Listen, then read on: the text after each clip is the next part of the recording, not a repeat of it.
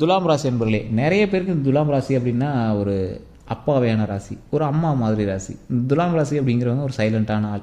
அவங்களுக்காக எதுவுமே பண்ணிக்க மாட்டாங்க. அவங்களோட ஃபேமிலிக்காக மட்டுமே பார்க்கக்கூடிய ஒரு உன்னதமான ராசி இந்த துலாம் ராசி. சரி, இந்த துலாம் ராசி கடந்த காலங்கள் நிறைய கஷ்டங்கள் அனுபவிச்சாங்க. இப்போ இனி இருக்கக்கூடிய காலங்கள் எப்படி இருக்க போகுது சார் அப்படிங்கிறவங்களுக்குலாம் வாழ்க்கை ஒரு விமோச்சனமான ஒரு சந்தோஷமான ஒரு வாழ்க்கை தரப்போகுது. உடல் ரீதியான விஷயங்களில் நிறைய விஷயங்கள் வந்து உங்களுக்கு இப்போவுமே உள்ளுக்குள்ளே இருந்துட்டு தான் இருக்குது. அது வந்து உங்களுக்கு வெளியே தெரியாமல் இருக்குது. அது ஒரு பெரிய பிரச்சனையும் கிடையாது. இருந்தாலும் உங்களுக்கு வந்து அந்த விஷயத்தில் கொஞ்சம் கவனம் தேவை. அதை பற்றி இந்த வீடியோக்களை பார்க்க போகிறோம். அது மட்டும் இல்லாமல் இனி வரக்கூடிய காலங்கள் உங்களுக்கு எப்படி இருக்க போகுது, உங்களுக்கு இனிமேல் என்னெல்லாம் தேவை அப்படிங்கிற ஒரு விஷயத்தை வந்து நம்ம இந்த வீடியோவில் பார்க்க போகிறோம். இந்த வீடியோவில் நிறைய கருத்துக்களும் சொல்ல போகிறோம், நிறைய விஷயங்கள் முக்கியமான விஷயமும் சொல்ல போகிறோம். ஸோ வீடியோ ஸ்கிப் பண்ணாமல் பாருங்கள். நிறைய பேர் தனிப்படையான ஜோதிடரை பார்க்கணும் அப்படின்னு ஆசைப்படுறீங்க. கான்டாக்ட் நம்பர் வந்து கீழே கொடுக்குறேன். ஒரு விஐபி ஜோதிடருடைய நம்பர்.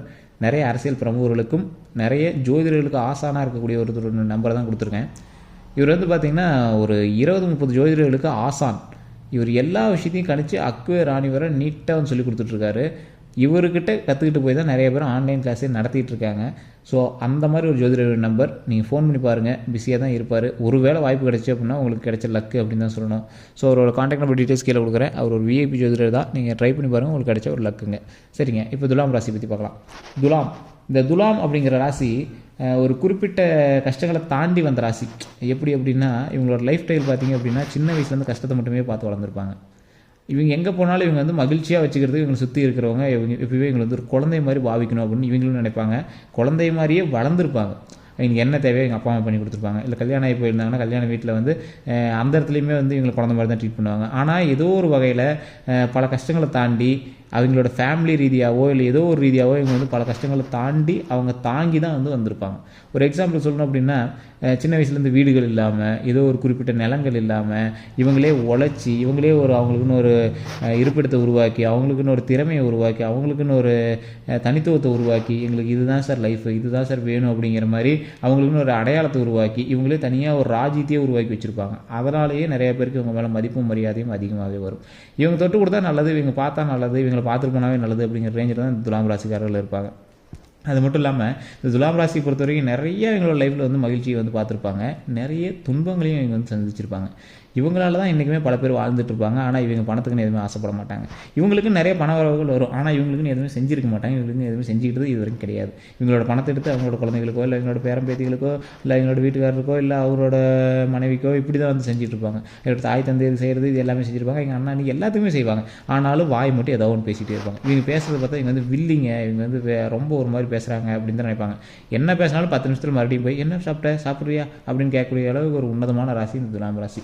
என்ன திட்டினாலும் மனசில் இருக்கிறது எதுவுமே வச்சுக்காமல் ஓப்பனாக பேசிட்டு அடுத்து என்ன வேணுமோ அதை வந்து செஞ்சு கொடுக்குற ராசி இந்த துலாம் ராசி. இந்த ராசியை பொறுத்த வரைக்கும் துலாம் ராசியில் பிறந்தவங்க எப்படி சொல்கிறது, ஒரு நீட்டான ஒரு ஒயிட் கிளாத்து மாதிரி எதில் பட்டாலும் அது வந்து கரையாகிடும். அந்த அளவுக்கு வந்து அவ்வளோ பியூராக இருக்கக்கூடிய ஒரு ராசியாக இந்த துலாம் ராசி இருப்பாங்க. சரி சார், இதெல்லாம் இருக்கிற ஒரு பக்கம். இவங்களுக்கு கடந்த காலங்களில் வந்து சின்ன வயசில் கஷ்டப்பட்டுருப்பாங்க, அதெல்லாம் ஓகே. இப்போ ஒரு சமீபத்தில் ஒரு 2-3 வருடங்களாக என்ன சந்திச்சிருப்பாங்க, மன ரீதியான பிரச்சனைகளும் உடல் ரீதியான உபாதைகளும் நிறையா சந்திச்ச ராசி இந்த துலாம் ராசி. சார் அப்படி ஒன்றும் தெரியல சார், மன ரீதியானலாம் ஓரளவு பரவாயில்ல தான் சார். சார் கடந்த காலத்தில் நீங்கள் வந்து கண்டிப்பாக மன ரீதியான பிரச்சனைகள் அனுபவிச்சிருக்கீங்க. கடந்த ஒரு வருடத்தெல்லாம் மனசில் ரொம்ப இது பண்ணியிருப்பீங்க. உங்களால் நீங்கள் வந்து கஷ்டப்படுறத விட உங்களோட ஃபேமிலியில் இருக்கிற மெம்பர்ஸ்னால் நீங்கள் வந்து கண்டிப்பாக கஷ்டப்பட்டுருப்பீங்க.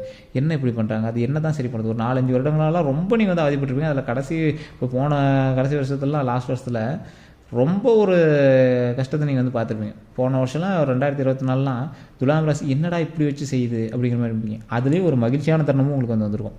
அதாவது அடியும் கொடுத்து உங்களுக்கு ஸ்வீட்டு கொடுத்து இந்த அழுவாத சந்தோஷமாக இரு அப்படின்னு சொல்லுவாங்க பார்த்தீங்களா, அந்த மாதிரி விஷயங்களும் இருக்கும். அந்த ஸ்வீட்டு கொடுத்ததை கூட சந்தோஷமாக சாப்பிட முடியாத அளவுக்கு பின்னாடி ஒரு பயமோ ஒரு உறுத்தலோ ஏதோ ஒன்று வந்து உங்களை வந்து ஒரு லைட்டாக ஆட்டி படிச்சுட்டு இருந்திருக்கும். அந்த விஷயங்கள் எல்லாமே இனிமேல் சரியாக போகுது. நீங்கள் வந்து அந்த விஷயத்தை ஸ்கிப் பண்ணணும் அப்படின்னு நினச்சாலும் அது ஸ்கிப் பண்ண முடியாத அளவுக்கு உங்களுக்கு வந்து அது முக்கியமான ஒரு விஷயமாகவும் இருந்திருக்கும்.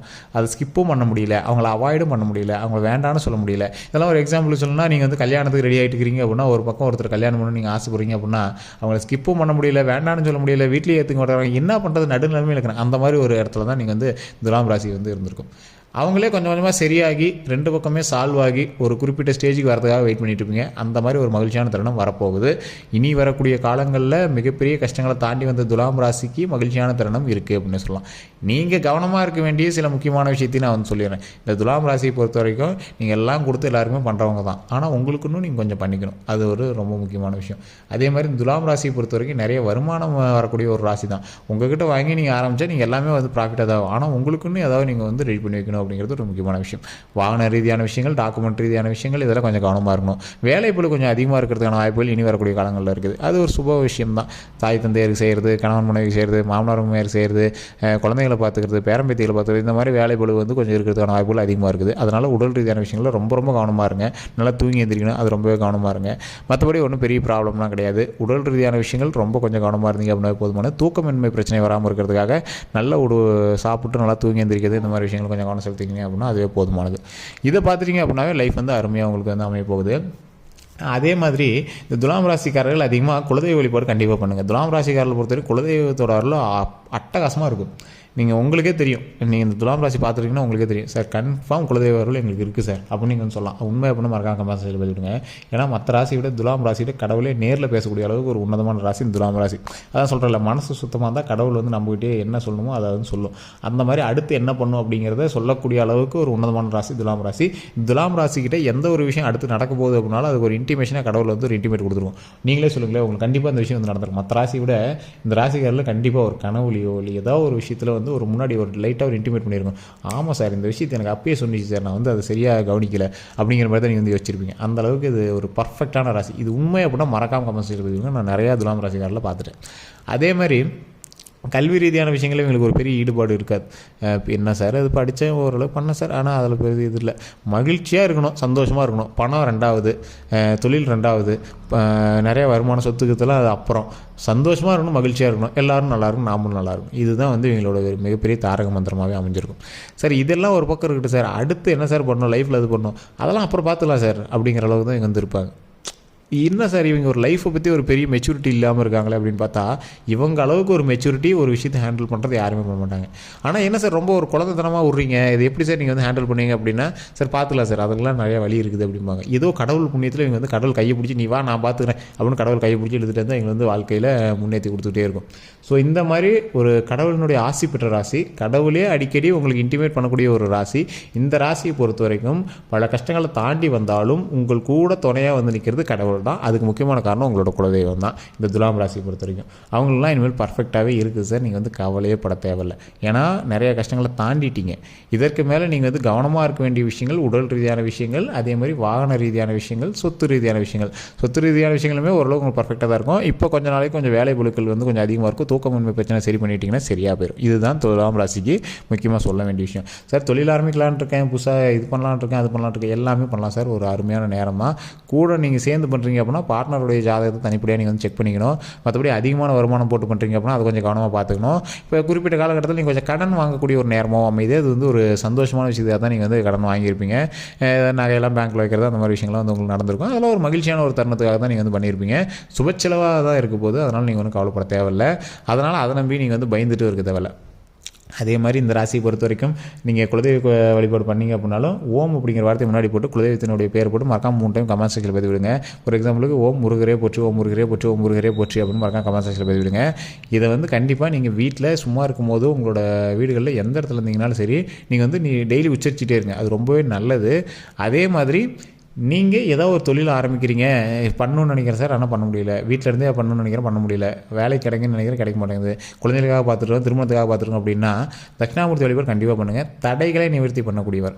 அதெல்லாம் நீங்கள் குலதெய்வத்தை வழிபட்டுட்டு தட்சிணாமூர்த்தி வழிபாடு பண்ணிவிட்டு குழந்தைகளுக்காக கும்பிட்றவங்க முருகர் கோயிலுக்கோ, அப்படி இல்லைன்னா ஏதாவது ஒரு சித்தர்கள் கோயில், யாராவது இறந்தவங்க, அப்படி இல்லைன்னா சிவன் கோயில், அப்படி இல்லை அப்படின்னா 3வது பெரியாண்டிச்சம்மன் கோயில், அங்காளம்மன் கோயில்னு சொல்லுவாங்க. இந்த 3 இடத்துல தான் வந்து குழந்தைகளுக்காக வணங்கக்கூடிய தெய்வம். இந்த மாதிரி சித்தர்கள் இருக்கக்கூடிய இடம், இந்த மாதிரி இடத்துலலாம் இறந்தவங்க இருக்கிற இடத்துல தான் வந்து குழந்தைகளுக்கான வரம் கிடைக்கும். அதிகமாக இருக்கிறது பெரியாண்டி கோயில். சுடுகாட்டுக்கிட்ட ஏரிக்கிட்டலாம் வந்து பெரியாண்டி அம்மன் கோயில் இருக்கும். மேல்மலைன்னு ஒரு அங்காளம்மன் கோயில் இருக்குது பார்த்திங்களா. இதெல்லாம் வந்து ஒரு மிகப்பெரிய குழந்தை தரக்கூடிய ஒரு ஸ்தலம் அப்படின்னு சொல்லலாம். சிவன் கோயில் பள்ளிப்படை கோயில்களாக இருக்கும். அந்த பள்ளிப்படை கோயில்களில் நீங்கள் வந்து வணங்கும் போது குழந்தை பாக்கியம் கிடைக்கிறதுக்கு அதிகமான வாய்ப்புகள் இருக்குது. முருகர் கோவில் குழந்தைகளுக்காகவே உருவாக்கப்பட்ட ஒரு கோவில். குழந்தை வேணும் அப்படின்னா முருகரே நீ வந்து எனக்கு பிறக்கணும் அப்படின்னு சொல்லுவாங்களா, முருகர் கண்டிப்பாக நம்மளுக்கு பிறந்திருப்பார். ஸோ அந்த மாதிரி வந்து அருமையான ஒரு தலம் வந்து முருகஸ்தலம். ஸோ இந்த இடத்துல நீங்களாம் வணங்குனீங்க அப்படின்னா குழந்தை இல்லாதவங்க கண்டிப்பாக குழந்தை கிடைக்கும். திருமணம் ஆகாதவங்க இப்போ கூடிய விரைவில் உங்களுக்கு நன்மைகள் நடக்கிறதுக்கான வாய்ப்புகள் அதிகமாகவே இருக்குது. ஸோ அதனால் ஸ்டெப் எடுக்காமல் இருந்தால் நீங்கள் இன்னும் ஒரு 15 நாள் கழித்து நீங்கள் போட்டு ஸ்டெப் எடுக்க ஆரம்பிச்சிடலாம். அதனால் நீங்கள் வந்து கவலையப்பட தேவையில்லை.